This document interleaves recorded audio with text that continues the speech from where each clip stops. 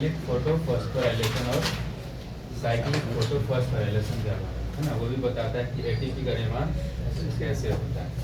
और ये है केमिओस्मोसिस हाइपोथेसिस, ये भी बताता है कि एटीपी का निर्माण कैसे होता है, एटीपी और एनएडीपी का निर्माण कैसे होता है। तो आइए इसको देखते हैं, केमिओस्मोसिस हाइपोथेसिस। इसमें हाइड्रोजन वगैरह केमिकल इन्वॉल्व है, इसलिए इसको केमिओस्मोसिस हाइपोथेसिस कहा गया जाता है। रसोप्राशनी परिकल्पना ये क्या कहता है, since splitting of water occurs inside the inner membrane of thylakoid, है ना, protons are accumulated inside the lumen of thylakoid.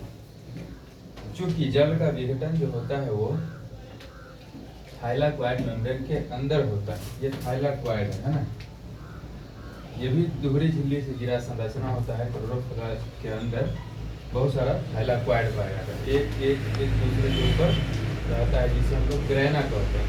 तो सबसे छोटा इकाई जो है वो थाइलाकोइड ही है। इसी के झिल्ली में है ना, यहाँ पर क्या पाया जाता है, देख रहे हैं ना, फोटो सिस्टम वगैरह पाया जाता है जो लाइट को ऑब्जर्व करने का काम करता है।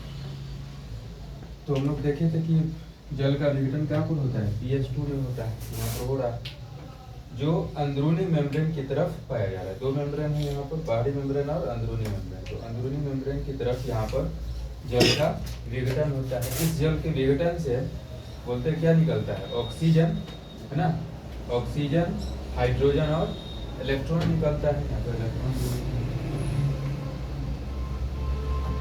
ये इलेक्ट्रॉन यहाँ ऐसे जाएगा, ये इलेक्ट्रॉन को असल में दिखा रहा है, ऐसे जा रहा।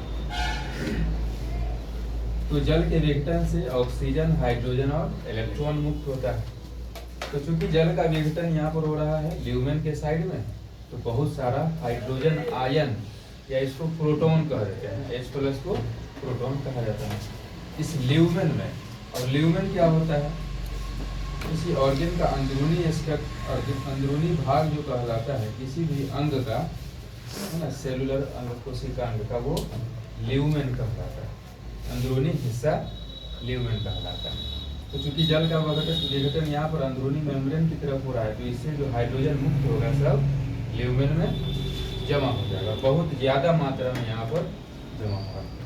तो ये हो गया ल्यूमेन वाला भाग। और ये क्या है, स्ट्रोमा है। अभी की तौर से ऐसे बना रहे हैं जैसे क्लोरोप्लास्ट हम लोग बनाते थे, यहाँ पर थाइलाकोइड, बहुत सारा थाइलाकोइड बनाते थे, है ना, यहाँ पर बीच में स्ट्रोमा लेवल बना दिए। ये थाइलाकोइड है, ये स्ट्रोमा है ना। उसी तरह से इमेजिन करो, ये थाइलाकोइड है, यहाँ पर थाइलाकोइड है पूरा, इसके अंदर का इसको ल्यूमेन कहेंगे, और ये वाला पोर्शन स्ट्रोमा। तो इमेजिन करो, ये हुआ तुम्हारा थाइलाकोइड पूरा, और ये बाहर वाला हम ले लिए हैं स्ट्रोमा, है ना, जहाँ पर एंजाइमेटिक रिएक्शन होगा, ग्लूकोज का निर्माण होगा। तो यहाँ पर बहुत सारा H+ हाइड्रोजन आयन या प्रोटॉन संचित हो जाता है, जमा हो जाता है। वही लिखे हुए, क्योंकि वाटर का विघटन जो है वो थाइलाकोइड मेम्ब्रेन के अंदर होता है, इसलिए वहाँ पर बहुत सारा प्रोटॉन क्या होगा, जमा हो जाएगा। दूसरा क्या है, NADP reductase enzyme. NADP reductase का मतलब NADP को रिड्यूस करने वाला एंजाइम, बोले ना, NADP ऐसे है, यहाँ पर NADP+H है, इसमें हाइड्रोजन जोड़ा जाएगा तो ये रिड्यूस हो जाएगा, अवकृत हो जाएगा। तो ये एंजाइम कहाँ पर पाया जाता है, स्ट्रोमा में पाया जाता है ना। वो एंजाइम H+ को जोड़ेगा NADP+ में, और वो क्या बना देगा, NADPH बना देगा। तो रिड्यूस करने वाला एंजाइम को, NADP+ को रिड्यूस करने वाले एंजाइम को NADP रिडक्टेज एंजाइम कहा जाता है। तो ये कहाँ पाया जाता है, NADP reductase enzyme is present on stroma side of the, है ना, ये मेम्ब्रेन का ये वाला साइड सब क्या है, बाहर वाला पूरा स्ट्रोमा है। तो स्ट्रोमा में यहाँ पर NADP रिडक्टेज एंजाइम पाया जाता है, पूरे में बाहर स्ट्रोमा साइड में NADP रिडक्टेज एंजाइम पाया जाता है। तीसरा है ATP सिंथेज, एक प्रोटीन कॉम्प्लेक्स है ATP सिंथेज,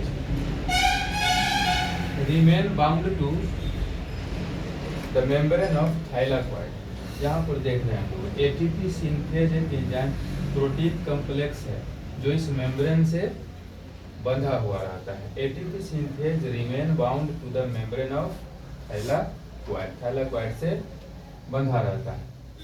एटीपी सिंथेज, इसमें दो भाग होता है, it consist of two parts, इसका दो भाग होता है, दोनों को मिलाकर ही हम कह रहे हैं एटीपी सिंथेज। एटीपी सिंथेज नाम से क्लियर है, सिंथेसिस का मतलब होता है बनाना। एटीपी सिंथेज, एटीपी को बनाने वाला जो प्रोटीन कॉम्प्लेक्स है उसे एटीपी सिंथेज कहते हैं। ATP synthase remain bound to the membrane of thylakoid, thylakoid के झिल्ली से बंधा रहता है। It consist of two parts, इसमें दो भाग होते हैं, एक CF नोट और दूसरा CF1। यहाँ है ये अंदर वाला भाग जो इसको CF नोट कहते हैं और बाहर वाला भाग जो इसको, दोनों सेम ही हो गया,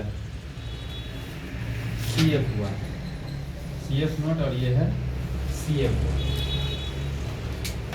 CF नोट क्या है? Remain bounded, remain embedded in the thylakoid membrane. Embedded का मतलब होता है धंसा होना, है ना। ये देख रहे हैं CF नोट जो है मेम्ब्रेन में धंसा हुआ है और दूसरा CF1 जो है protrude outside from the membrane. Protrude का मतलब है लटकना, है ना, या फैलना। ये देख रहे हैं CF1 वाला भाग जो है मेम्ब्रेन से बाहर की तरफ है ना, मेम्ब्रेन से बाहर की तरफ है। तो अब देखो यहाँ पर क्या होगा, यहाँ पर H+ कंसंट्रेशन बहुत ज़्यादा है, मात्रा प्रोटॉन आयन की मात्रा बहुत ज़्यादा है। यहाँ से H2 का रिटर्न होगा, यहाँ पर से प्रोटॉन रिलीज होगा, इलेक्ट्रॉन रिलीज होगा। यहाँ से इलेक्ट्रॉन और प्रोटॉन, प्रोटॉन तो नहीं जाएगा, इलेक्ट्रॉन जाएगा यहाँ से, है ना, ये इसके प्लास्टोक्विनोन के पास। प्लास्टोक्विनोन क्या करता है, यहाँ पर स्ट्रोमा से H+ को लेकर अंदर भेजने का काम करता है। स्ट्रोमा से H+ को लेकर अंदर भेजने का काम करता है और यहाँ पर हमारा H+ ऐसे ही बहुत ज़्यादा मात्रा में रिलीज हो रहा है। तो ऐसे में क्या होता है, H+ की मात्रा जो है अंदर है बहुत ज़्यादा हो जाती है और स्ट्रोमा में H+ की मात्रा कम हो जाती है। यहाँ पर एक ग्रेडियंट का निर्माण होता है, अंदर बहुत ज़्यादा हो गया और बाहर बहुत कम है, एक डिफरेंस पैदा होता है ना। फिर इलेक्ट्रॉन यहाँ जाएगा इस प्रकार से PS1 में पहुँचेगा, FD के पास, FRS के पास, और NADP को क्या करेगा, रिड्यूस करके NADPH बना देगा। अब यही हाइड्रोजन जो है यहाँ इस मेम्ब्रेन के द्वारा CF नोट जो है इसके द्वारा ना, चूंकि बहुत ज़्यादा मात्रा में इसको फटने की संभावना रहती है, H+ की मात्रा बहुत ज़्यादा है, तो इसको इस मेम्ब्रेन के द्वारा नीचे भेजा जाता है। यहाँ पर इस H+ के एनर्जी की सहायता से ADP, एडिनोसिन डाइफॉस्फेट और इनऑर्गेनिक फॉस्फेट दोनों उपलब्ध रहता है सेल के अंदर, है ना। दोनों मिल करके ATP का निर्माण कर देगा।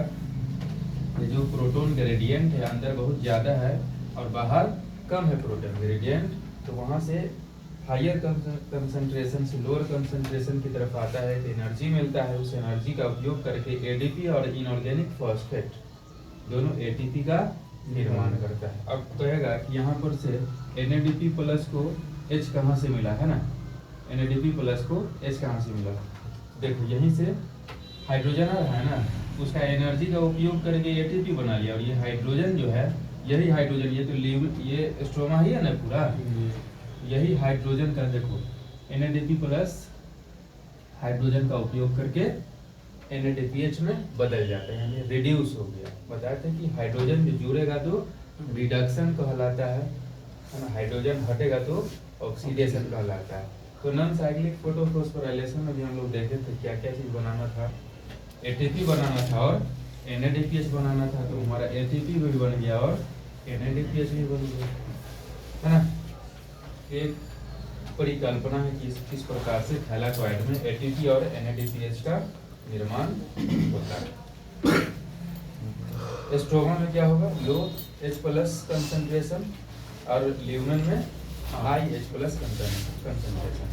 जितना ज़्यादा मात्रा में हो जाता है ये अंदर से इस मेम्ब्रेन के द्वारा बाहर की ओर जाता है, उस एनर्जी का उपयोग करके ATP का निर्माण होता है और वो हाइड्रोजन, और बाहर ही जाता है H+, तो NADP उसी हाइड्रोजन को लेकर के रिड्यूस हो जाता है और NADPH का निर्माण करता है। तो हमारा फोकस क्या था, लाइट रिएक्शन में ही अभी हम लोग हैं, ATP और NADPH बनाना। अब बन गया ATP और NADPH, स्ट्रोमा उसी का उपयोग करके कहाँ पर बन रहा है, स्ट्रोमा ही है ना पूरा, इसको छोड़ करके, है है ना, स्ट्रोमा है। अब स्ट्रोमा में इसका उपयोग करके एटीपी का एडीपीएच का ग्लूकोज का निर्माण।